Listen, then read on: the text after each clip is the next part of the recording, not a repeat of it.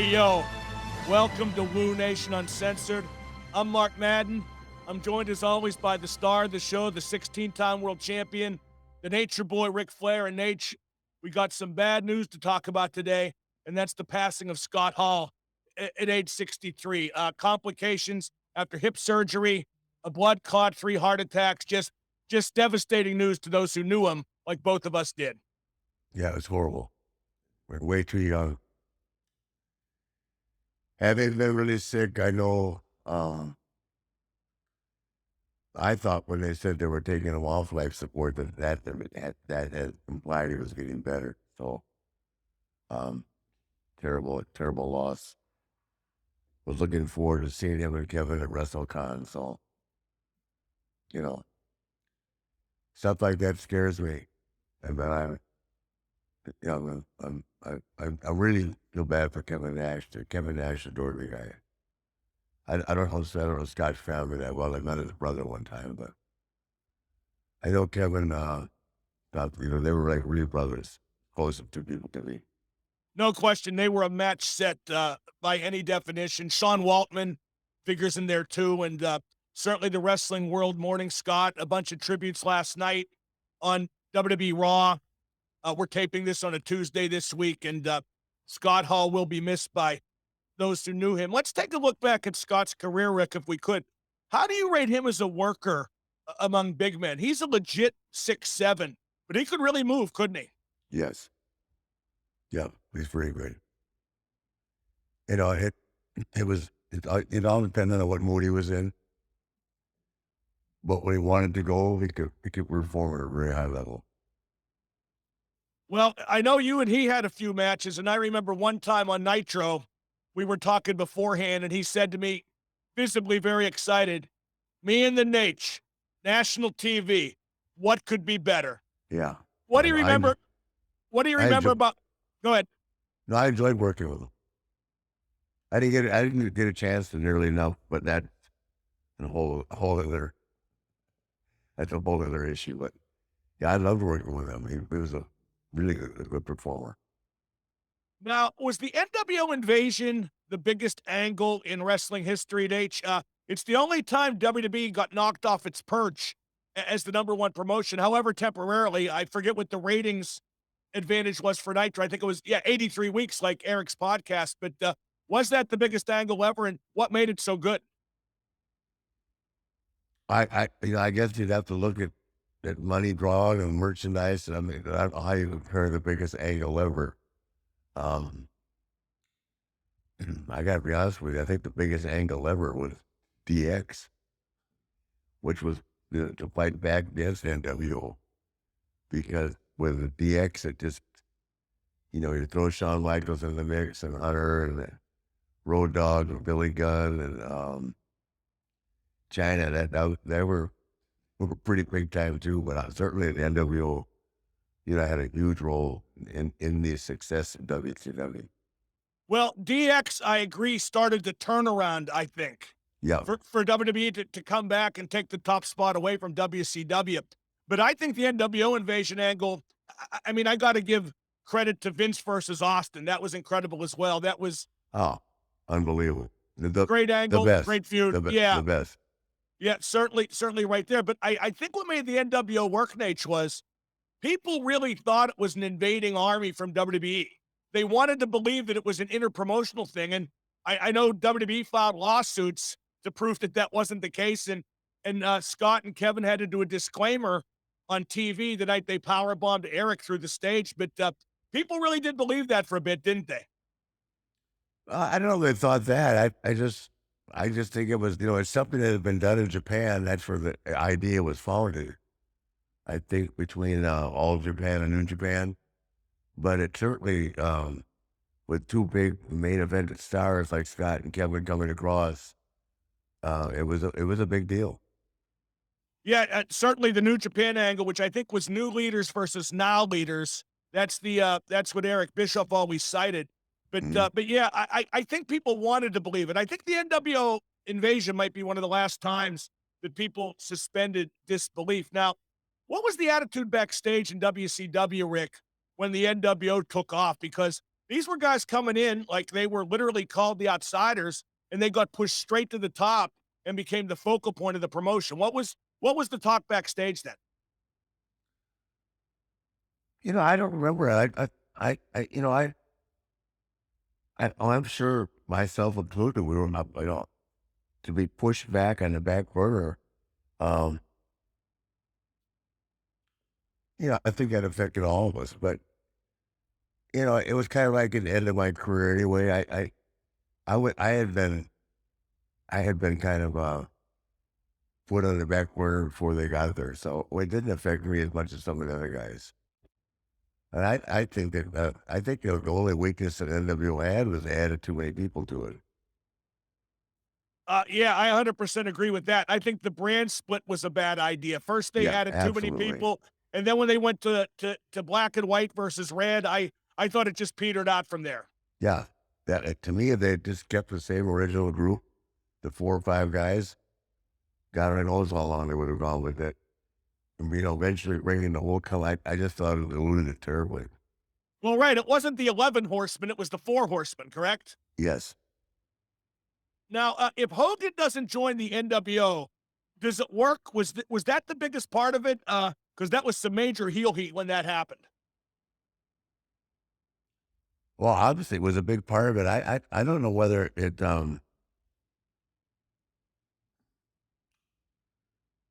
I'm trying to think. I thought they had a lot of momentum before Hulk did it.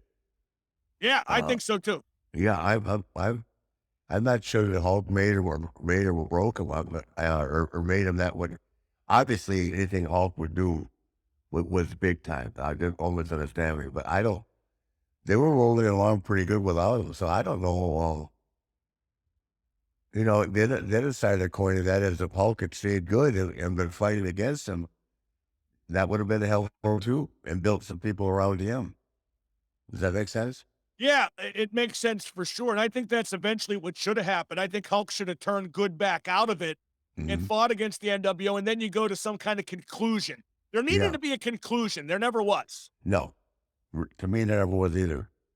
And then, of course, that just the mindset of the company and people having problems, and there was a lot of individual politics. I think that brought everything down. You mentioned the merchandising before. I don't know if there's ever been a seller like the NWO shirt. It still sells. You still see it. Maybe some of Austin's stuff, but boy, that was a heck of a marketing deal with that T-shirt. Oh, no doubt about it. Are you kidding me? I mean, I don't think it was 316 by any means, but it sold a lot of merchandise. Yeah, 316 had more varieties, but boy, that one basic NWO shirt with that Stark logo was just tremendous. And I thought the NWO commercials, remember the paid announcements they would do to get them over as a separate entity? I thought those were very good as well. Who did the voice? He was at your birthday party. That voice, Neil. Oh, Neil Pruitt. Yeah, he did the voice. Yeah. The, Yes. fo- Yeah. the following announcement. Yeah. That was great, wasn't it? Yeah. Neil was great. I mean, God, what a great guy. There's a name out of the past. Yeah, just a terrific guy. And like his voice added a lot of gravitas to that whole thing. Now, looking at Scott, was Scott's peak as a performer Razor Ramon in WWE? That was certainly his breakthrough, wasn't it? Absolutely. Absolutely.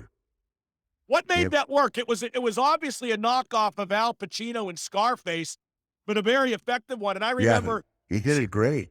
I don't know even. I don't even know who came up with the idea, but I was with Kurt Hennig. We picked him up the day he started in the WWE. We picked him up at the airport, and I don't even know if he had if the creative would even talk to him about that, but it certainly did take off. And well, the vignettes and the interviews were great. He spoke like that. I mean, he pulled it off big time. yeah, and I know that he talked like that all the time when he prepared to do it. Like even outside the ring, he did the mang and the hey Yeah. yo and all that stuff. He really lived the gimmick. And I got to go back a little bit too, Rick, because before he went to WWE, he played a character in WCW called the Diamond Stud that had a Yeah. lot of the same mannerisms. That Yeah. was managed by DDP. Yeah. But that character wasn't nearly as effective as Razor Ramon. Oh no, once you get the machine behind it. And plus the fact Scott wasn't nearly as experienced a performer as a diamond stud. So you got up there, around Kurt, me, and some other guys, and I mean, and you're put in a situation that's very competitive. You're forced to get better, and he get Yeah, no question, by leaps and bounds. And he DiBiase, always, DiBiase was there, Brett was there, Shawn was there. I mean, there's a lot of competition then. well, not only the competition, Rick, but talk about that. Talk about the trickle down from just being around veteran guys like you were back when with Ray Stevens. How you just kind of learn stuff by being there, don't you? Just look through the curtain every night.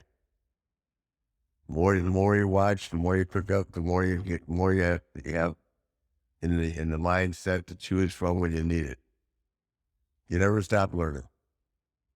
Now, And people who think they have don't need to know anything are just they're fundamentally making a mistake that that doesn't need to be made. no question. You look at a lot of the rising stars today. You look at MJF and AEW, how he's not copying Piper, but he's clearly taken him as such an influence, even having never worked with him. Like and like I said last night on Raw, a lot of people referencing Scott. That shows how much it gets passed down from generation to generation. Exactly. It's funny because when Scott came into WCW, I know this better than most because I got deposed for literally 8 or 9 hours about it. WWE sued WCW for copyright infringement on the Razor Ramon character. And for that matter, the Diesel character with Kevin Nash. They said they were doing the same characters. But if that's the case, why couldn't Al Pacino sue WWE for Razor doing Scarface? I mean, I'm not sure how many original ideas are left, is my point, Rick. Everything comes from somewhere, doesn't it?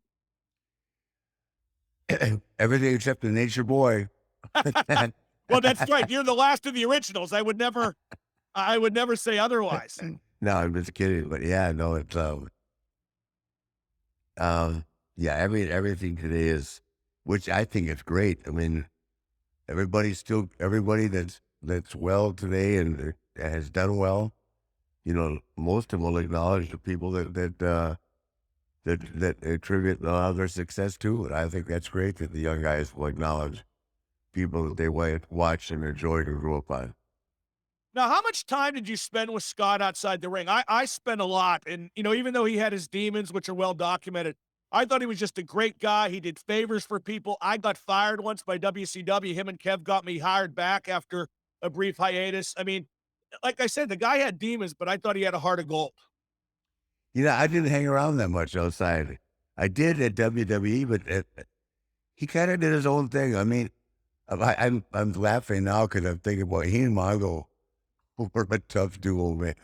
Yeah, they sure were. Yeah, I was going to see Mongo this weekend, but weather in Chicago was bad. I had to skip that trip. So, but when I think of Scott Hall and I think about Mongo, I think about they ran about as hard as me and a couple other guys I could name did. We're different paths sometimes, but we ran hard. When I think about Scott could stay all night, stay a little longer. when I think about Scott Hall and Mongo McMichael, I think about running in the other direction. That was some dangerous turf, but wow. both great guys. He used to tell Scott Hall Mongo, when I got more money than I got time, kid. Let's go. They'd leave after Nitro. We'd see him at Thunder 3 days later. Rick, I'm sure you have a vague idea. Scott revered you. I mean, he thought you were just the greatest. I mean, he just, like I said, I've never seen him thrilled like a little kid the night he was scheduled to work you at WCW. That's how he felt about you. I can tell when there was a date in Ohio. That's how many times I can remember the night I was there. We had 20 minutes. I said, "Your kid, you're wrestling." What happened? And the kid fit in. It was great. I mean, they were fun to work with. I liked working with a kid too. Waltman could work. It's just, I said at that point in time, I just been kind of put on the back burner, so it didn't mean a lot. But it was anytime I had a chance to get in the ring and perform with those guys. When I'm 10 years older than Scott, so that 10 years is a big difference in the business. Stay with that. How do you mean? Well, okay. So let's say when I was there, when I got to WWE, I was already 40 years old. Okay, if you think about it, back then I was considered old. And then I ended up having my last match at 59. And here's Steve coming out of retirement. Probably not for a match, but he'll do something physical with Kevin Owens. I'm really looking forward to that. But Steve's 57. Yeah, they want to write you off when you turn 40. They don't want to write you off for sure when you turn 50. Yeah, but they kept coming back, didn't they? They did. They did. And, I'm lucky enough to stay healthy. I've had some health scares big time, but I feel fortunate. I'm still healthy and, I feel great, as you know, unfortunately. Well, Scott Hall, R.I.P. It's kind of cathartic for us to talk about him, I think, and he will definitely be missed. Now, one great comeback story in sports we've got to talk about real quick. Tom Brady's retirement lasted all of, I think, 5 or 6 weeks, and now he's going to be back with Tampa Bay. Great. I know you love it. I love it too. But the Bucs lost like 3 offensive linemen, I think 2 or 3 already in free agency. And it worries me that he's not going to be coming back to the same team, although, I don't know, he always takes less money, and they always bring in better players. I was going to say, he told contract friendly that, I'm watching the comparison this morning between their healing on Rodgers for taking all that money. I mean, come on, guys. It's football. These guys get killed. Get all the guaranteed money you can. And they're saying that because Giselle makes all this money, Tom takes less. I think Tom just takes less because certainly he's got to be very well to do. Just because he wants to play, he wants to have the best players available around him. Yeah, no question. The only thing with Aaron Rodgers is, well, they juggled his numbers, so they actually are saving cap space for this year. Exactly, yeah. They're kicking the can down the road. I just wonder how Devontae Adams feels, though, if he stays on the franchise tag, because no player wants to stay on the franchise tag. And I wonder if Rodgers' new deal kind of forces that to stay in place, that tag. That's the big issue. Let's say let go of the linebacker. Yeah. The Smith kid. So I don't know. Once again, you and I are sitting on the outside, like the people that are reporting on it are sitting on the outside too. So I don't know the answer. For me, I just feel like football's better than Tom Brady's back in it. No question. And with it, if Brady and Rodgers had both walked away this year, to me, it would have been a big loss. Well, you're a football fan. And I'm glad to see Brady back. Let me just play devil's advocate, though, Rick, and I'm hoping I'm wrong. The only reason I'm worried about Brady coming back is, as it was, he was the one guy who didn't stick around too long. He was the one guy who retired at the peak of his game, could have been MVP at 45. I just hope he can maintain that. I thought that was a very good look going out. Well, he didn't look like he lost a thing last year, and I don't think he'd come back if he felt like he lost anything. He hasn't lost any arm velocity. He's never been the most mobile guy in the world, but he's just the greatest. I just think if the thing of it is that Tampa Bay doesn't have to win the Super Bowl. They just have to be very competitive, and they will be. You know that. Oh, no question. You said something that really shows how much you know about the game. Brady hasn't lost any arm velocity. They all do. They all do. Peyton Manning did. Ben did. Yeah, he has lost no arm. That's amazing. How's that happen at 45? Probably he never injured the right shoulder or had a bad elbow, any type of ligament damage to his arm. And it seems like whatever routine he's on, he stayed strong and lean and fit. And, you knew coming out of college, he wasn't going to be a wide receiver. He's just so damn smart and makes the mental part of his game is so much better, I think, than anybody else's except for maybe Rodgers. Nate, you should be on Monday Night Football. You're a great analyst. I know I should be. What the hell? I should be doing a lot of things. Hey, one last thing about football. The Steelers signed Mitch Trubisky as a free agent, the former $14 million. Over 2 years, former number 2 pick overall. What do you think? Is that an educated gamble? Is it worth the risk? Did they sign him to be their starter?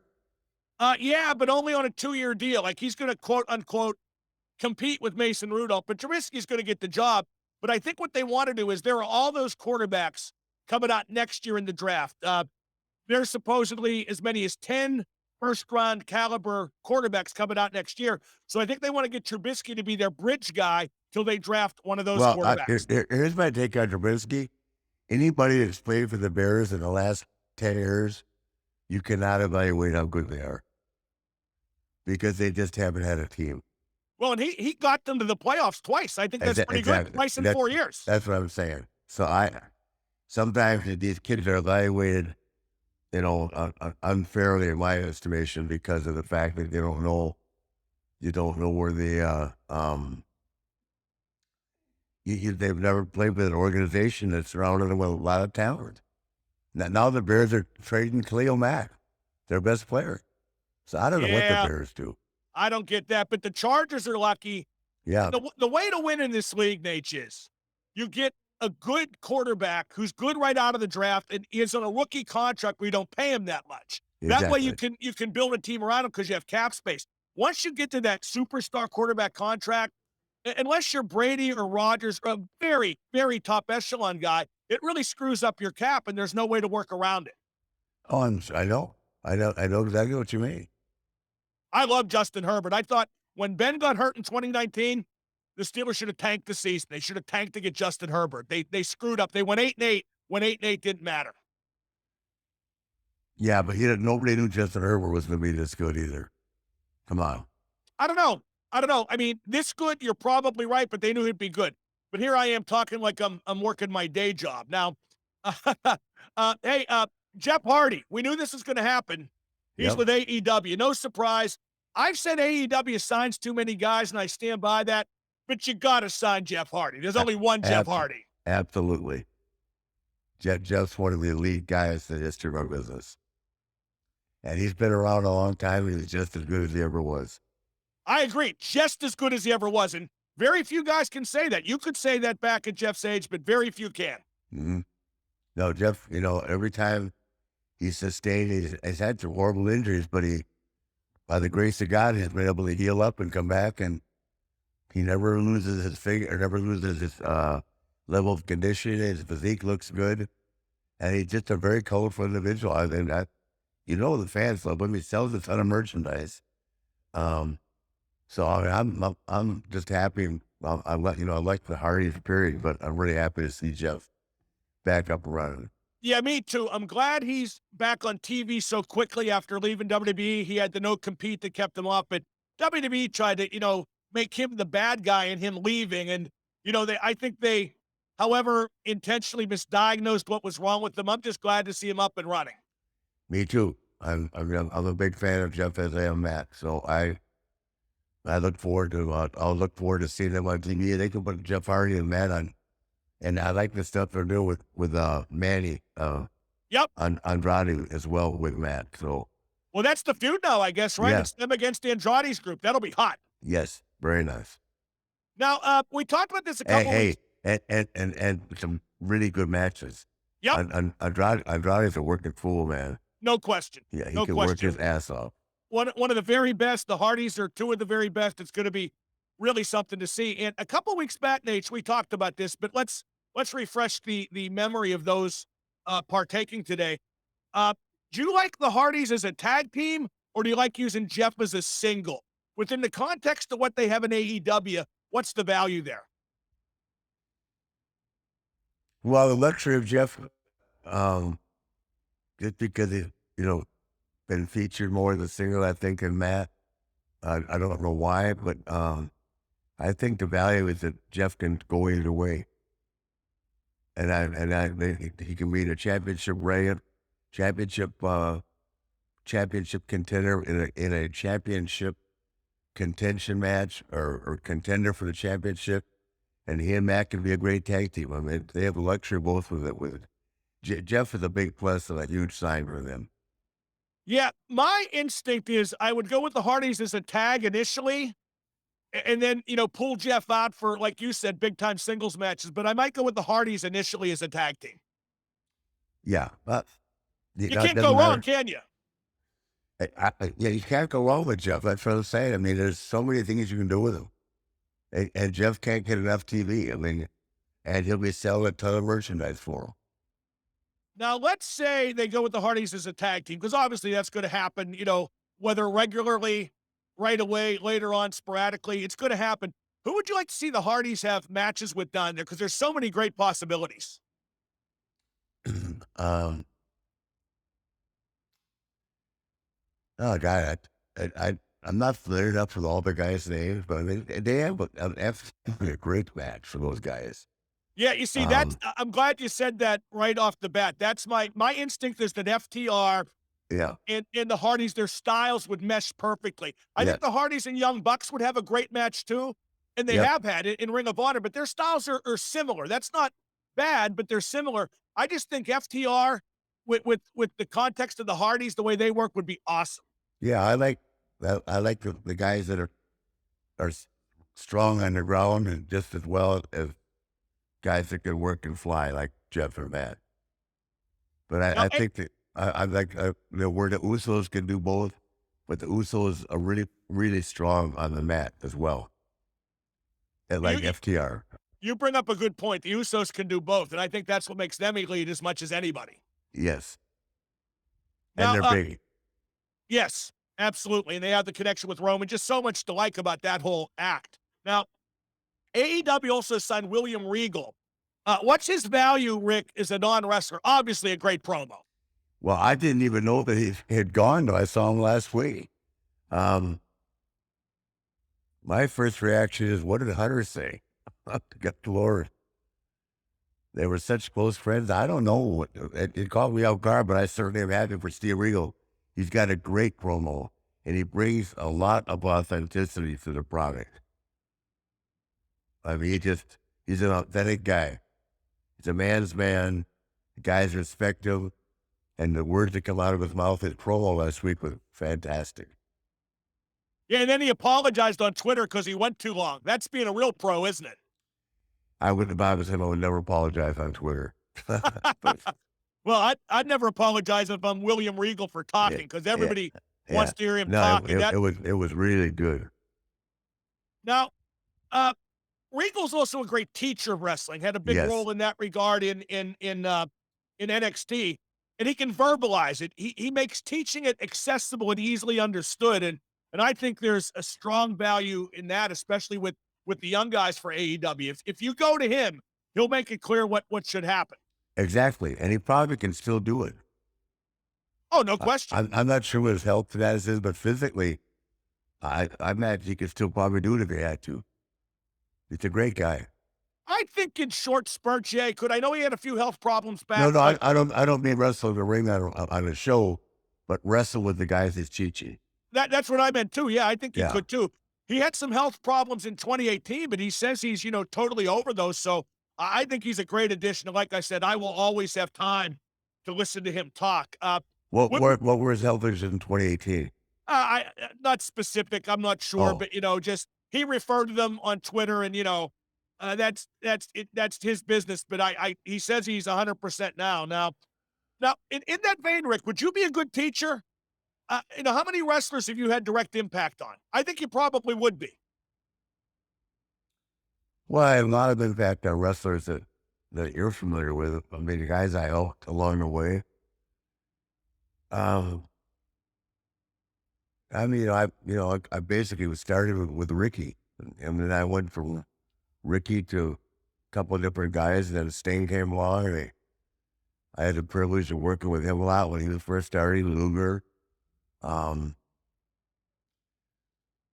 I think in singles matches, I was able to help Ricky Morton, who had just been a tag team guy most of his career. Um, no, first of all, if someone wants to learn, I can talk to anybody.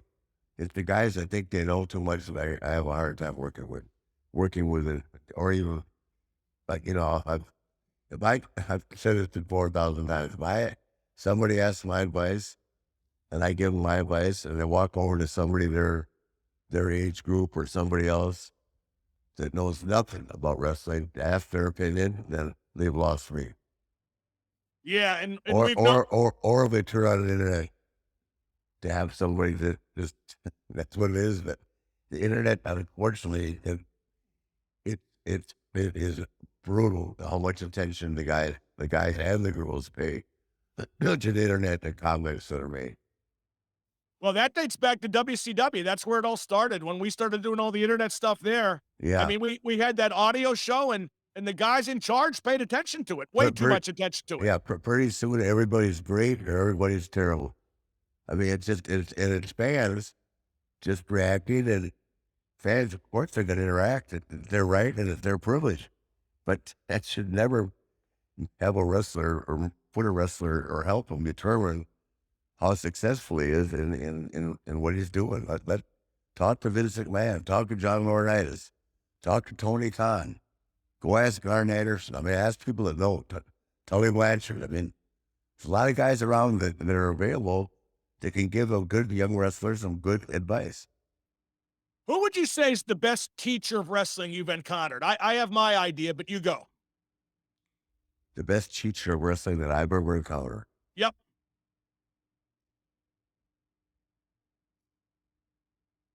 Going back to when I started? Anytime from then till now, Nate. The best teacher. I can tell you who gave me a lot of advice was Nick Bockwinkel. I believe that. I knew him briefly. Yeah. Nick, I don't know. There's two ways there's two ways to look at it. When I broke in, I needed Vern Gagne and Ray Robinson to make me tough to understand what I was about to go through the next 50 years. If I hadn't had my ass kicked by them 3 or 4 times, more like 10 times, I would have never survived the career that I've been involved in. You have to get the first part is true. That's so much the case now because it's a different story. But for me personally, if I hadn't had my ass handed to me and humbled to the nth degree, I don't think I would have made it to where I am today. So there's different ways to teach you. You can learn by listening, learn by actions that you actually, stuff you learn. Oh, I'll tell you who else was a great teacher of wrestling. God, Fit Finley. Yep, that was my pick right there. Yep, Fit Finley with the girls is just phenomenal. Fit is he's got more patience than any man I live with. To sit there with the girls all day long and articulate, and the girls ask questions and he answers them. I mean, I've watched him. Dave is great. Yeah, that's my pick. Just everybody I've talked to, including Ashley, your daughter. Yeah. Fit Finley. I mean, the job he's done with the women. It took me a while to think of that, but I knew there was somebody I was missing. Dave Finley.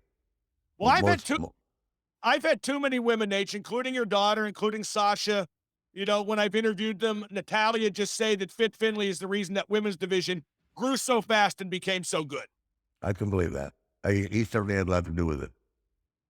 Now, the card for WrestleMania continues to grow, and the match we haven't talked about yet is Edge versus AJ Styles. That's the second night, Nate, and I would not want to follow that match. That's going to be a classic. Yeah, how about Edge's interview last night? Jesus. The guy's on fire.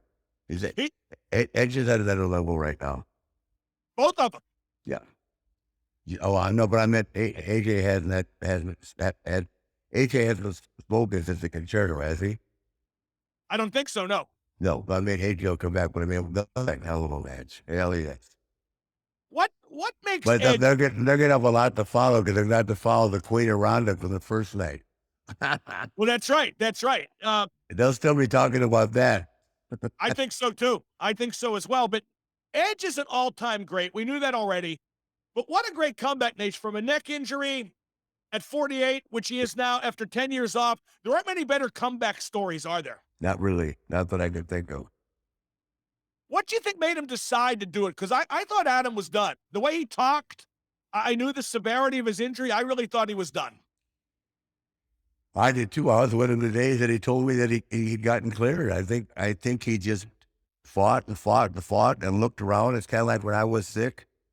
I must have asked 50 different doctors, what can I do? What can't I do? Because everybody had a different opinion. And they finally found one, and technology and doctors have different opinions. And, I'm sure the first couple of times out with Randy, he was questioning himself, but now that he's got his confidence and he'd taken some big bumps, He feels good, and he even gotten better. His character is stronger. He's a great heel. God is a good heel. What separates Edge from the Pack in terms And of his work wearing rate? custom-made clothes. I recommended a tailor too. Well, that's one of your marks of excellence for a good heel, Yeah, isn't it? How you dress. that jacket he had last night was custom made, brother, head to toe. What makes him a great worker? What separates him from the He can Pack? do anything. Can do anything. Great talker, great in the ring, great appearance, great facials, excellent body. He doesn't have a weakness. And he's bigger than you think, isn't he? Yes, he is. I mean, he's a long drink of water. He just Yeah. once he gets matched up in there against a guy he's bigger than, Yeah. he almost looks intimidating. You don't think of that, but he is. Yeah, the only thing wrong with him is his defense. And I tried to tell him, as long as you're a Maple Leaf, you're never going to go anywhere. Well, you're never going to win the Stanley Cup, that's for sure. The only thing wrong with Edge is he's a Toronto Maple Leaf fan. Yeah. No, Like- that's Like Christian. that's across the Baronades. That'll teach you sacrifice and humility. I'll tell you that. I sure did. I sure will. Good Lord. The only thing worse is being a Philadelphia Flyers fan. Yeah, I know. You know how I feel. But my assistant's a Flyers fan. How old? How old is she? Yeah. My assistant? Yeah. 28. So she's never seen him win. Never seen him win. Kevin, have you ever seen the Flyers win? I don't think so. She doesn't want to answer. I don't blame her. Now, Vince McMahon did a long interview on the Pat McAfee show, and Vince is going to personally induct Undertaker into the WWE Hall of Fame. That seems appropriate, doesn't it? Well, it's good. And now, thinking back, I was in Houston when he inducted Steve Austin. There's only a couple of guys that, in this business that get, that mainline attention, and Steve and Taker, that is equally as big a part of Vince's life and the WWE's career as Steve.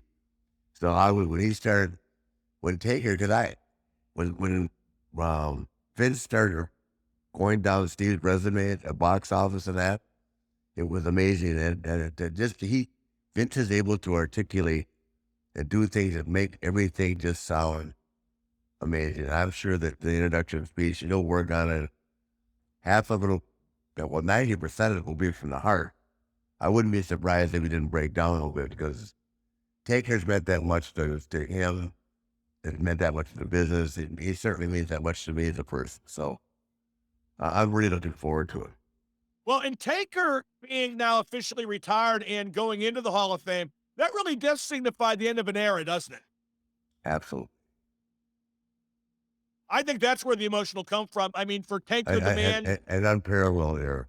Yes, exactly. I couldn't have put it better. Now, I'm not sure Vince said a lot that was revelatory in his long-form interview with Pat, but I thought he came off good. He came off as a regular guy. Should Vince do that more, Nate? Should he put himself out there in the public eye more? No. Why not? Because he's Elvis Presley. Okay. Never did Johnny Carson once. Is that right? Wow. He's laid low. I mean, I think the mystique of Vince, I get asked more times. I get asked more about what kind of guy Vince McMahon is than anybody else in the wrestling business. And what do you tell him? What's Vince like? I say he's the toughest son of a bitch to deal with in the world, but he's a great guy. Won't ask anything you do that he won't ask himself. The truth. But he's tough as shit to do business with. Well, that's part of what makes him and makes that company that company. That's a compliment. Yep. That's a compliment. Yeah, I mean, to not ask any more of you than he would put himself through is the greatest compliment you can get. Now, as it stands now, Vince will not wrestle Pat McAfee, as had been reported. It's going to be Pat against Austin Theory, who is Vince's protege. Does that mean as much? I don't think it does, but do you think Vince is going to get involved at some point? Absolutely. What do you think he'll do? He's in the gym right now training, my prediction. He'll come out looking like he's with a body of a 25-year-old man, like he does. He'll do something. He doesn't do these podcasts and stuff like this without some kind of a master plan. He's not just going to be the guy. He'll be on TV, and I'll be looking forward to that too. I text Pat. He goes, to get a text from the great Ric Flair, that means a lot. I said, brother, he's better than 50% of the guys on the show right now. In terms of energy, and he was so damn good with that kid the other night when he was kicking Harry's ass. Or not Harry's, but yeah. no, Austin Theory. He looked like he'd been in the business for 20 years. Jumping on the table, his punches. He was great. I texted him, brother, that's the most energy I've seen out of anybody in a long, long time. It looked, that was damn good. That was as good as the thing with Ashley and Ron the night before, or last Friday, or two Fridays ago, when Ashley jumped her in the garage. That to me is what makes an angle, when people really get after it. You know what I mean? Oh, yeah. I mean, they've got to believe they're going to see war. And to believe that it's going to be a war with Ashley and Ron. I'm convinced it's going to be just fabulous. No question. I think the Theory has got his hands full with Pat McAfee. I think Theory knows it too. Well, I don't think Pat's intimidated by him at all. No, I don't think Pat's intimidated by much. I mean, you saw him as a punter, how he would make a lot of crushing tackles when he was the last man. Yeah. And I've known Pat, Rick, since he was a kid. And let me tell you, Pat didn't dream of playing football as a kid. That wasn't his goal. He didn't dream of punting in the NFL. He dreamed of this. He has waited for this moment. And, WrestleMania, whatever he has, he's going to put on the table. Yeah. Oh, for sure. I mean, I'm looking forward to it. He's great. I told you when I watched him in NXT, I was amazed what he was able to do. Well, and like I said, I think he'll pull out all the stops for this. Next week, Evil airs. What do you mean? You ever seen the previews of Evil? No. The WWE series on the best bad guys of all time. Oh, I did see that. Yeah, you're in it, right? Obviously. Oh yeah. Does this signify a thawing of the relationship, or? Oh, I don't know what it means, but I've seen mine. We'll see what everybody else has got. Well, I wish I could play a clip of it on the podcast. Well, how is that a series, or is it one show, or what? It's is one Evil? show. They all drop the 24th. I think is it 6 or 8 of this? Okay, so it's a series that you can binge watch. You can binge watch it, yes, and then Comes out at one time. Well, I would assume that you're the most evil of them all. Well, I've seen some of my shit. If they can follow that, good luck. It's been a long time in the can. Now, as we talked about earlier, Nate, Steve Austin is going to be at WrestleMania and in the ring with Kevin Owens on the Kevin Owens show or whatever. Owens cut a hell of a promo last night. Sure did. And he's built it up perfectly, and I like Steve's thing that he sent in. But isn't it a bit predictable? I mean, don't we know what's going to happen? I don't know what, I'm sure you and I think it's predictable, but for the fans out there, just the fact that Steve's going to be on the show and going to hear that sound, breaking glass and everything. And I'm one of Austin's biggest fans. Oh no, me too. And predictable can be good. I don't have a problem with predictable in this case, but he's gonna stun Owens, drink some beers, and celebrate with the crowd. That's what he's gonna do, and there's nothing wrong with that. But I think we know. I don't know what they're gonna do, but I would assume that he'll be drinking some beer, and if he is, I hope I'm invited. Yeah, no kidding. Me too. Yeah. But are you surprised? See, I am not surprised he's not doing a match. I don't think Steve's ever going to do another match. I just don't think he wants to. Well, I don't know that it's not a question. I think he wants to, beyond a shadow of a doubt. It's a health issue. I mean, if he can wrestle, people forget he retired at age 39. Right. I mean, it was somebody. The that he made me aware of that a couple of years ago, and I was about 39. God, how much was left on the table for Steve Austin? And look at after all these years, he's so revered. What else? What more can you say? Well, maybe that's part of it. Maybe, he left them wanting more. I mean, clearly, if it wasn't for the injury, he would have, like you said, gone a lot longer. But again, I, there's pros and cons either way. I'm kind of vacillating either way. I'd love to see him do another match, but I understand the value in not. And like you said, the health reasons. Yeah, I mean, I haven't talked to him, so I don't want to say anything that's not accurate. But I assume that I would assume that Steve Austin could wrestle. He already looks like him. Steve stays in good shape physically. He looks like $1 million. But I assume if he could wrestle, he'd be wrestling full time. Do they still need John Cena at Mania? Do they need one more boost? No. Think they're fine the way it is? Yep. I mean, I'd love to see John, but I don't think they need him. No. Well, I think they have two great main events, and I think that's the sum and substance of WrestleMania. I mean, Mage, this sounds very old school.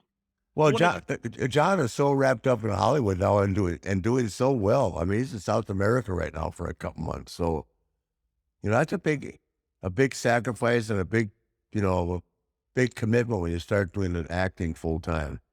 So I don't know that John, if I asked John how he felt after his last match, and you take all that time off, it's hard to get yourself back in the kind of shape that you want to be in, to be who you've been. That's my problem. I could never get myself back to where I was. Even against Shawn, people thought that was a hell of a match, but it was Shawn Michaels carrying me. I mean, I know I've said it to you before, but if I had the same feeling when I got done after the match, it could have been 10 times better. But anyway. I think you underestimate your role in that, and indeed in the latter part of your career. But I do get it. And you've often said there's a difference between being in shape and being in ring shape. It's vastly different. Absolutely. What are the differences?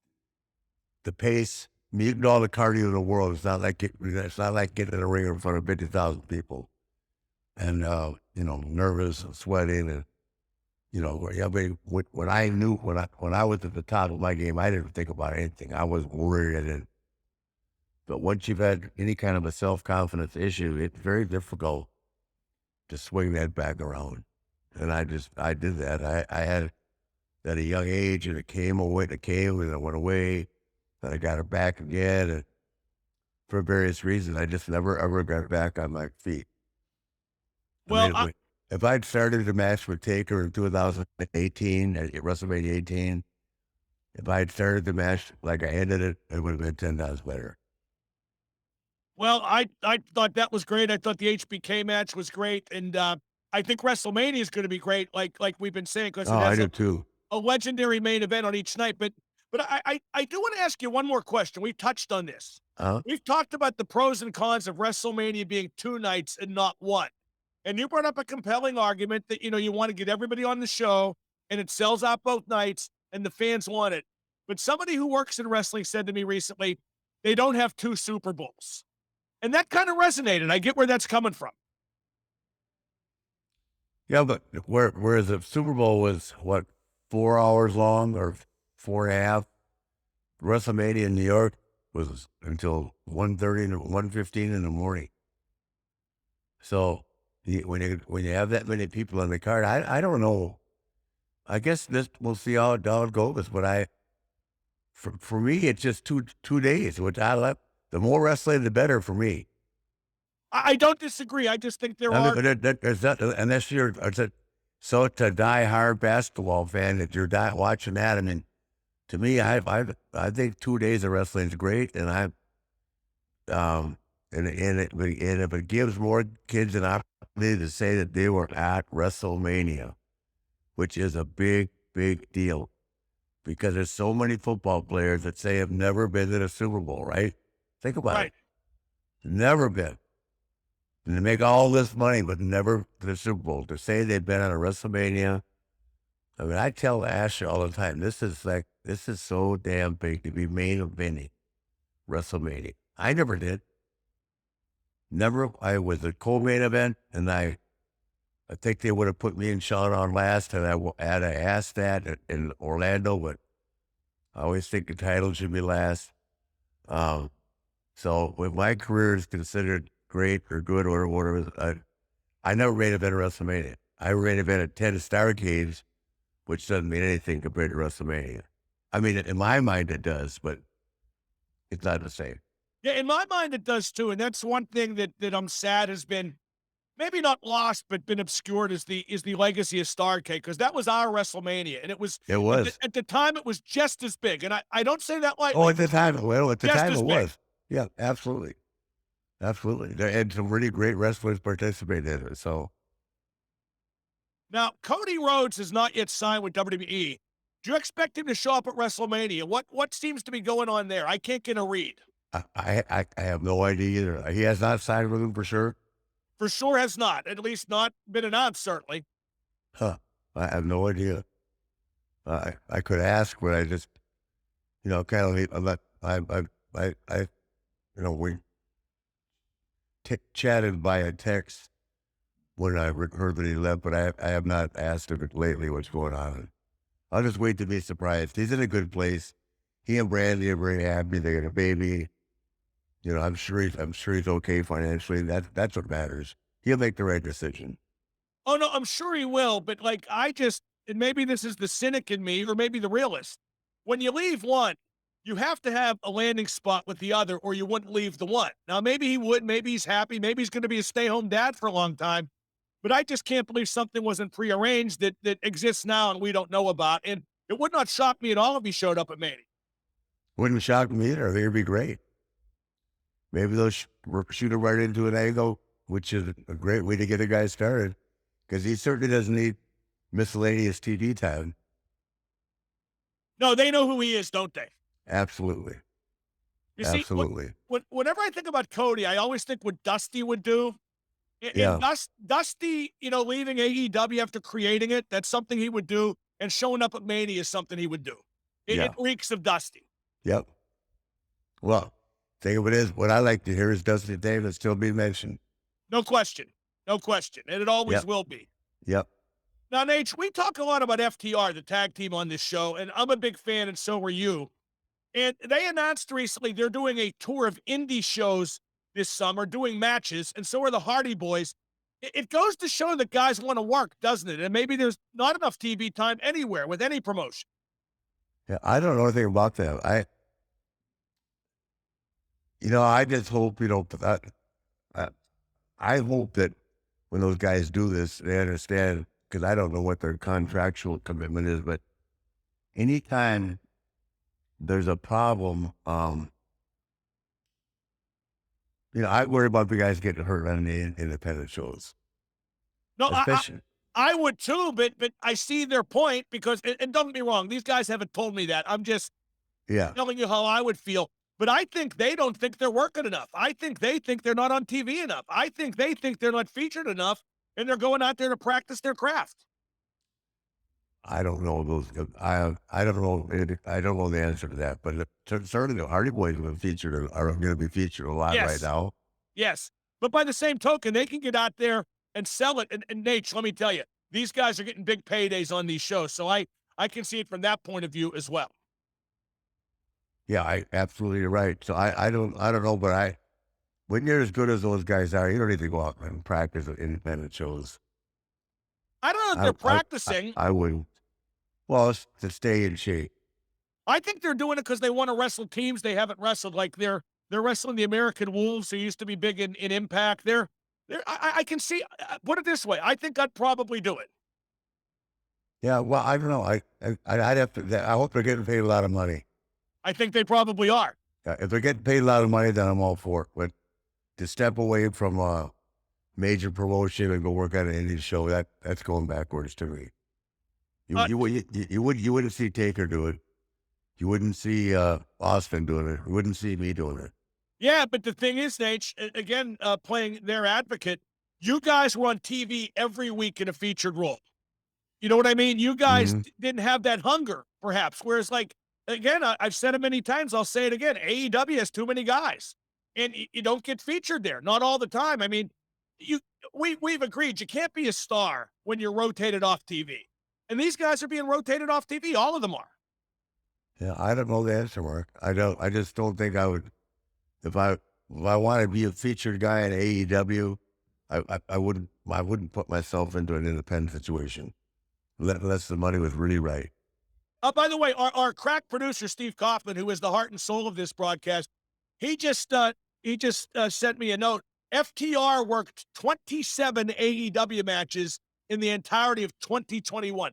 27 matches. I mean, that is such a paltry figure, isn't it? Yeah, it is for a really good team. It is. I don't. Once again, without asking or talking to him, I haven't been around those guys, so I don't know. I'll hear a lot of WrestleCon and I'll get, find out what's going on. I don't go out of my way to reach out and say, hey, how's everybody doing? You know what I mean? I enjoy getting together with them. I'll see a lot of the guys at Mania with our company, and that's how you catch up and find out what's really going on. On the phone, you never know what you never know what you hear. You read it on the internet, you never know what's going on. But I'm sure that I'm just really looking forward to WrestleMania, and I love every Monday, Wednesday, and Thursday because I get to see wrestling every Monday, Wednesday, and Friday. So now you don't watch Impact. Wednesday, Thursday's Impact. Oh, I didn't. Impact is with AEW. No, TNA. I don't watch Impact, no.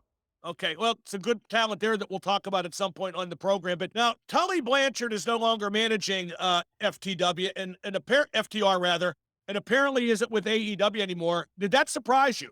I didn't know about it. What happened? They fired him on TV, but I don't know the genesis of it, if it's beyond an angle, if he's not there anymore. But there's a rumor that Bret Hart may start managing FTR. Oh, really? I did not know that. I'd love that. Again, we're just in the rumor stages here, but heck, that's what this I didn't is. know Tully got fired. I didn't know that. Well, again, he got fired on air. Whether that means he's no longer with the company, I'm not sure. And I don't know the ins and outs of it, to be honest, but there's a rumor Bret Hart may be coming in. I love that for Bret. You'll love it. Well, and those guys idolize Bret. That's their guy. Yeah, they would love that a great deal. Yeah. I love it for Bret. He can finally get across the border. I'll see him at WrestleCon. No, actually, he texted me today. He can finally get across the border. So I'll see him at WrestleCon. I always like seeing Bret and Stephanie. You know what I miss about Bret when we used to work together? I would sit down with Bret before shows, and we would talk about hockey for hours. Yeah. For hours. What would he know about hockey with the Calgary Flames? Let me tell you, all due respect to you and also me, he's one of the most knowledgeable hockey people I've ever talked with. Of the Calgary Flames? No, Flam? Well, listen who's talking. You think Bob Probert's the greatest player ever? I do. My God. I do. But I know Bobby Hall too, so I understand Makita. I know Phil Esposito. I met Bobby Orr, so I bet a few. Oh, no. I know you're old Mario. No one's questioning your knowledge, but Bret Hart, man, he knows what's up with hockey. And I know it pleased him a great deal. That Junior A team that was named after him, the Calgary Hitmen, I'm not sure they still are, but that was a big deal to Bret. Well, that could, but anytime something like that happens, it's a big deal for you personally. But what place are the Flames in? The Flames. They're doing really well. They're in first place in their division. Oh, they are. Well, then I apologize. God, I'll have Canada kicking my ass out. No, I just always get it. Me and Bret go back and forth. I got to have fun. I still think Bret is more famous than Wayne Gretzky in Canada. I don't know if he's more famous. In his mind, he is. Well, in his mind, it's not close. In reality, I think it's a close race. I think Bret. I mean, Bret is really a hero in Canada. I know that. Hey, I know that. And God, if you don't know it, he'll tell you. Well, that's true. The best there is, the best there was, the best there ever will be. Woo! Yeah, but that's what made Bret great, man. There was such earnestness in the way he presented that. I know, and he's a hell of a worker too. So you're not here to make complaint. I'm not knocking him on his routine. No, you're knocking him for being a Flames fan. No, I'm not. No, I'm looking forward to seeing him at WrestleCon. That's Now, one good thing about wrestling guys. You get to see all the guys. I love that. now, Tony Khan purchased Ring of Honor in their tape library. Uh, What does that mean, Nate? What does Ring of Honor mean in today's wrestling landscape? I don't, Mark, I honestly do not know the answer to that. Well, I mean, why does he buy it then? Does he do it for the tape library? That's my suspicion, because then he gets control of a lot of the legacies, non-WWE legacies of like Punk and Danielson and so forth. I guess, yeah, I don't know. But it's kind of like everybody says now, if you knew that you could buy WCW for, would have Vince paid $6 million for it? Right. Who wouldn't have tried to buy it? Hell, I would have tried to buy it. Well, yeah, but Eric did try to buy it, and that was without the TV slots. They weren't going to give TV slots. I mean, I understand with the tape library, but I don't know if the value of that was really known back then, because that was I don't know if it was That's why Vince McMahon is who he is. no question. He knew what the content was worth. Well, I don't know if that was pre-streaming or close to streaming. I don't know. All I know is that next on the 24th, I'll be streaming. Evil. Well, there you go. That to look forward to. Get back to the Ring of Honor purchase. I wonder if Tony's going to keep it running as a separate promotion or just fold it up. I mean, he has a lot of talent that, like I just mentioned, FTR only wrestled 27 matches in 2021. That would give him a place to work, but to what end? I'm not sure what's gained by keeping Ring of Honor going. You know, I don't know enough about it, Mark, and I've said that to you several times on this show. I'm sorry, but I hate, because I'm misquoted so many times. I'm reluctant to say. I don't know what. I haven't watched Ring of Honor in so long. I have no idea. Well, it's worth noting that Ring of Honor, in some ways, made AEW possible. I mean, certainly Tony and his investment was the catalyst, but you look at the guys who came over: Cody, the Young Bucks, Hangman Page. Those guys were all in Ring of Honor doing basically the same thing, the same style persona that they have now in AEW, and they just came to a new promotion and made better of it. Yeah, exactly, and are all doing very well. But that's just 5 guys. Well, that's right. That's it. You see, it's very easy to say that, but you'll just name 5 people. Now, Nate, we've never talked about ECW, which was quite the sensation through much of the 90s. How much attention did you pay to ECW back then, which was Paul Heyman's baby, of course? None. Really? No. So maybe we don't need to talk about it. They can ask me. I'm aware of what was going on. I did watch. I watched Terry Funk and Mick Foley a couple times. Right? Well, certainly it was a sensation. I mean, it was kind of an underground. Oh yeah, I know. I got it. Yeah, I got it. But I just didn't. When I was working, I didn't watch much of the other product. Now, did ECW push the envelope too much? Was there too much blood, too much violence, too much adult themes? Because you can say there was, and in a way I did back then, but it inspired WWE, for example. Well, it did for a while, but you know, as the world turns, you just have to, things have to tone down. I mean, Vince's product is much more toned down than it was in the 90s or even in the 80s. I mean, in the 80s it was toned and it got out there during the wars, and then, you know, as did WCW. Now everything is reeled back in because of the sensitivity of, you know, of brutality, blood, and everything else. Everybody's got a different take on it, but wrestling's wrestling, and no matter what it says, people are still talking about it. Yeah, I think ECW did inspire the Attitude Era, but as you point out, the Attitude Era did not last forever. And I don't think we'll ever get wrestling back to that kind of product. Do you? Well, it's not just a product with the talent. I mean, it takes a lot of talent to pull that stuff off. I mean, like we're talking with Scott Hall, guys like Scott Hall don't grow on trees. They don't find them every day, where a guy has a gimmick and he lives in and outside of the ring. The same would be with Kevin. You know, where do you find Shawn Michaels? Where do you find Triple H? Where do you find Walt, you know, Road Dogg? I mean, those guys, where do you find China? Hell, where do you find Steve Austin? We're talking about Steve right now, and he hasn't wrestled in 20 years. And we'll never stop talking about it. Never stop talking about you either. Never, well, I hope not. But I mean, it's just That's what I'm saying. There's a time, and there are people that have been so good and so special what they've done that they're going to be around forever. Hopefully. Well, I hope so too, but I'm referring more to the style of the product. Like that was an R-rated product. We will ever have R-rated wrestling again. If you're trying to attract advertisers, I doubt it. And apparently advertising is what pays the bills. Oh, So I don't think we'll see it again. more now than ever. The ticket sales don't matter that much anymore. The house No. shows, they barely exist. But you see, I've always wondered why a cable network like a Showtime or an HBO or something like that hasn't had an adult-themed wrestling product. Like ECW in that era, and HBO would have been a perfect match, for example. Mm-hmm. I don't know the answer. Would you- I've heard that Amazon is trying to put together something right now.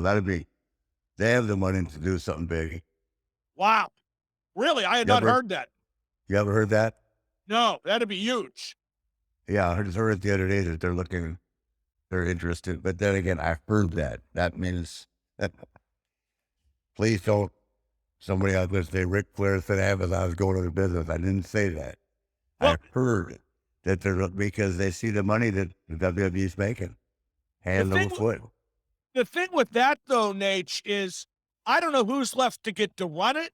I don't know who's left to get to produce it. I don't know who's left to get to wrestle in it. I mean, I think Amazon would be more likely to try to buy WWE. Yeah, I don't know. I don't think anybody I don't think Vince will surrender until he's ready to walk away. I think you're right, but I mean, I hope he sticks around forever, but who knows, right? Yeah, well, I hope he does too. The won't be the same when he's not running it. The business won't be the same for anybody. Now, let's look at a few performers at ECW, some of whom went on to bigger and better, and some of whom didn't. We both worked with Raven in WCW. I thought he was a totally new, different character, the self-loathing grunge guy. What was your take on him? Oh, I liked Raven personally. I didn't like that gimmick. You know, I told him I didn't like it. But that's, to me, just sitting in the corner was just, I didn't get it.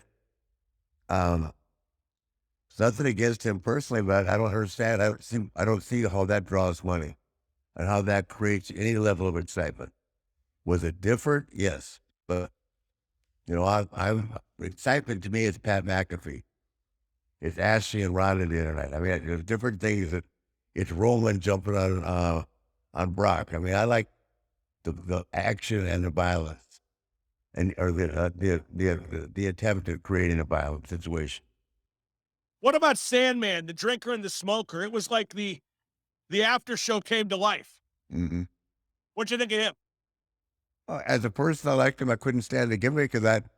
You know, here's a guy that's going to go wrestle a professional wrestling match, smoking a cigarette and getting in the ring. The Dudley Boys got started in ECW, and they ended up in the WWE Hall of Fame. He pulled it off, but the only guy I can ever think of that could have done that is Harley Race. Yeah, well, I'll like be I said, right back. it was the after show come to life. What about the Dudleys, who started in ECW? Great. Love those kids. What do you like about them? I like the whole gimmick. They're great. Good kids, too. What did you like about the gimmick? Because it was and remains different. I did like the gimmick because it was different. Totally different. Nate, let's talk about one of your favorites, the very first ECW champion, Shane Douglas, the franchise. Yeah. The best there was, the best there is, the best there ever will be. No, that's Bret Hart. Shane Douglas cut promos on you all the time in ECW, and you weren't even there. What was the point? What was your take on that then? Because I know you heard about it.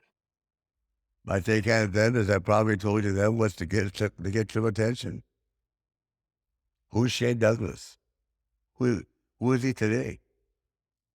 Can't argue that. I'm asking. You know real well. Who is he? I got to be honest, Nate, I haven't heard from him in years. He has. Unless they do a shoot interview on somebody. Well, he was living in Vegas for a while. He tried to get a promotion started there. He was living in Pittsburgh. He was a school teacher for a while. As you know, he said at one time he was going to medical school, but that never happened. So there you go. I have no idea. I haven't kept up with him. Well, how did you two get along when you worked together in WCW? We got along okay. You know, I've never, how do you, he's always got something smart to say, you know what I mean? I don't know that I've, as I told you, I try not to think about anything that was negative, but, I'm never going to think that he certainly won't, he certainly means nothing to me in terms of being, a talent. He never succeeded anywhere. And, he can say what he wants to say. I, I don't think you'll see him in the Hall of Fame anywhere soon, anytime soon. Now, we've talked a lot about Terry Funk on the podcast already, but he did a lot for ECW in terms Yes, of he did. credibility. I thought Yes, his tenure there put them over the top. absolutely. You can't say enough good about Terry. Absolutely. Were you There's surprised? Were you surprised he went there and did all the things he did? not at all. Hell, he wanted to do that before when he was a world champion. They just wouldn't let him do it. You mean the crazy stuff? Yeah, Terry's always been very talented. I mean, he was crazy at WCW when he put that bag over my mouth and we almost got kicked off TV, remember? Oh, the plastic bag. Yeah. Yeah. Did you know he was going to do that? No. I bet that came as quite a pleasant surprise. Yeah, very pleasant. I had no idea. But I wasn't surprised when I realized who I was dealing with. I underestimated him for a minute. Did Terry go too far with some of the extreme stuff for a man his age? Not just in ECW, but in Japan too, with that Onita promotion. When it's all said and done for Terry Funk, you can never say we went too far or anything. He just wanted to be the best at whatever he did, and he was. Well, and certainly he made those around him better. Like I said, if it wasn't for him, ECW, I don't think reaches the peak it did. No, I don't think so either. And the same applies. I will say this: Heyman is a very smart guy. I have a lot of respect for Paul Heyman.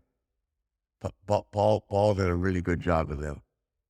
I think Paul did a really good job with ECW. I think he made chicken salad out of chicken scratch. I don't think there was an overwhelming amount of talent there, but he had a lot of dedicated people, and he whipped them into a frenzy. He made the most of what he had, maybe more than any promotion ever. Is Shane Douglas chicken scratch? I'll leave that to you to dictate. Well, you're the one that just said it. What about Taz? Taz is now an announcer with AEW. He did that in WWE as well. But he was a big star in ECW. Not a big guy either, but boy, I always called him the 5'8" Andre the Giant. Yeah, no, Taz is a very talented guy. I like him very much personally. I never worked with him, but I do like him a lot. And I thought he was very talented. And he really did pull off that intimidating vibe for a guy who wasn't huge, didn't he? Yeah, yes, he sure did. I mean, the suplexes, the submissions. I mean, you could really see him coming. I remember when when ECW invented WWE, and I thought it made ECW look really small time. And then Jerry Lawler feuded with ECW. I don't think any small promotion ever looks good in the context of WWE. They might think it helps. I don't think it does. I agree with you. I actually was part of that a little bit. That's, once again, at that point, I'm just thrilled to be doing anything. But it worked for a while. I don't know what, I can't tell you what the ratings were, but it worked for a while. Yeah, but it worked for a while for WWE. I don't know if ECW took anything good away from it. No, exactly. And we don't, none of us will ever know the financial arrangement either. So. Well, I think Paul, came out of it with money, which is, what Paul does, and deservedly so. But you know what rings in my mind talking about this, Nate? You remember when Cornette had Smoky Mountain, right? Yes. I remember when Undertaker did one of his big shows. Yeah. Okay, came from WWE to one of his big shows. And no offense to whoever was on top then, whether it was Bob Armstrong or Tracy Smothers or whoever, but how do you go back to that after you've given him Undertaker? You don't. That's why they just stay in business. Yeah. Yeah, I mean, and the topic of Cornette's a very smart guy. Don't overestimate Jim Cornette. He's a very smart guy. And he's not afraid to say what he thinks, which I like about Jim the most. Well, like I said, I mean, Vince has never done business with another promotion where he didn't come out of it with the advantage. Is that Uh, fair to say? That's very fair to say. Nate, we talked about Terry Funk in ECW. What about Mick Foley, who was Uh, there for a very brief time, and yeah, I thought his tenure there was marvelous, and again, lifted them up. That was a big catalyst for them. yeah, no, huge. I guess, and I got a lot of time for Mick Foley. We, we have really made offenses. I got respect for Mick. Did he go too far with the crazy stuff? Although I see him now, it looks like he's okay. Like, like I don't know, it always takes its toll. Look at you. I mean, you wrestled 380 some matches 1 year and you're still in one piece. It's 1 amazing year, how 8 years. yeah, that's what I meant. In 1 year, 8 times. No, I wrestled 380 matches a year or more, 8 straight years. What's your career high? Did we ever establish that career high in 1 year? And I think it was like for almost 390. Wow. How do you And, survive that? and that was the year where I did about 200-hour runways. How do you survive that? That's incredible. You drink. How did Mick survive ECW and going through the cage in Pittsburgh? I mean, my God. I know. I mean, he took offense to it. I said, "You're lucky to be alive." I think he took offense to it one time. This is years ago. I said, but I meant after what he's put himself through, it was nothing to do with, whatever. If he took it wrong, when he could be sensitive sometimes, but I used to watch the stuff he was doing. I mean, going off on the table was one thing, but the bulk that, when he went through the barbed wire or went through the wire on top of the cage with Taker and landed on the back of his head, Jesus. That may be one of the all-time bumps. Nate, before we wrap up, let's just take a quick look at the main events at WrestleMania. I think the build to Roman and Brock and the build to Charlotte and Ronda, I think they've been among the best builds in WrestleMania history. These are two main events that people really want to see, and I think we're going to get even more hot stuff between now and then. What say you? I totally believe it. I think it's been great. I think Brock has been great. Roman's on fire. Heyman's been pulling off his end big time, and I think right now Charlotte and Ronda are just in a special place and in a zone that just gets better every week. I'm really looking forward to. I'm so proud of her and really looking forward to it.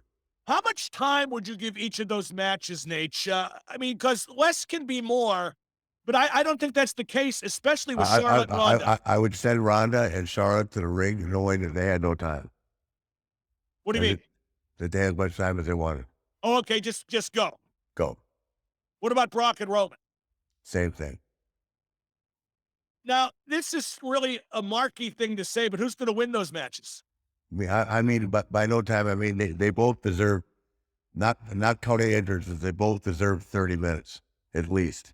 Right, I think so, too. I think more. Of just wrestling, not entrances and all that. But, I mean, they deserve 30 or 35 minutes, both of them. And I hope they get it. That's one of the reasons about it, that I think this 2-night format helps, because they can give them that kind of time. And they can give him the entrance, too, because people really do pop for the entrance, don't they? Yeah, I'm saying, I want them to have the greatest entrances ever, and they're long and big and all that, but the matches are built like that, and the talent and the level of talent in those two matches, I hope that they're given at least 30 minutes each of wrestling time. I hope so, too. Who would you have win? Both matches.